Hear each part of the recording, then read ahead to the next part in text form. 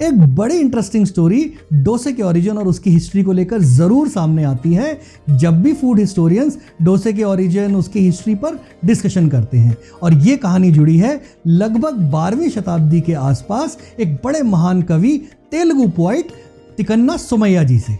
इस कहानी के हिसाब से तिकन्ना सोमैया जी चोल राजा मनुमा सिद्धि के दरबार में अमात्य के पद पर कार्य करते थे और वो एक बड़े कवि तो थे ही।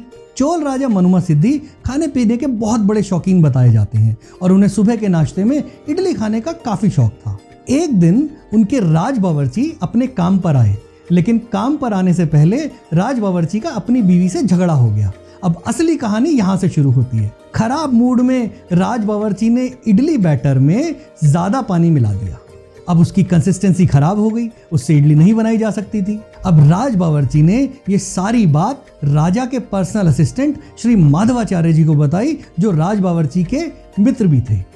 अब माधवाचार्य जी एक बहुत ही बुद्धिमान व्यक्ति थे। उन्हें एक नया आइडिया आया। उन्होंने राज बावर्ची को उसी पतले हो गए बैटर से एक क्रिस्प पैनकेक्स बनाने को कहा। फॉर्चुनेटली राज बावर्ची अच्छे से कर भी पाए और ये नई बनी हुई डिश राजा को पसंद भी बहुत आई। अब जब राजा ने इसे चखा तो ना सिर्फ उन्हें ये पसंद आई, बल्कि उन्हें ये नई डिश बनते हुए देखने का कौतूहल भी पैदा हुआ।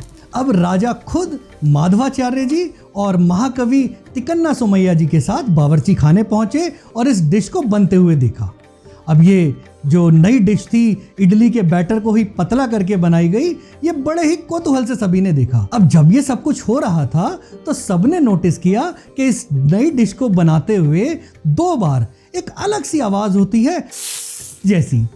अब इसी हास्यपूर्ण और विनोदपूर्ण माहौल में तिकन्ना सोमैया जी ने इस नई डिश को नया नाम दिया, द्वै, जिसमें द्वै का मतलब है 2 और की आवाज उन्होंने वहां से ली। अब कहा जाता है कि ये द्वै धीरे धीरे द्वै सुई बना, दोसाई बना और फाइनली अब डोसा बना। और इस तरह तिकन्ना सोमैया जी ने इस नई डिश का नामकरण किया। है ना बड़ी इंटरेस्टिंग स्टोरी डोसे की। आइए एंजॉय करते हैं एक टेस्टी मसालेदार डोसा।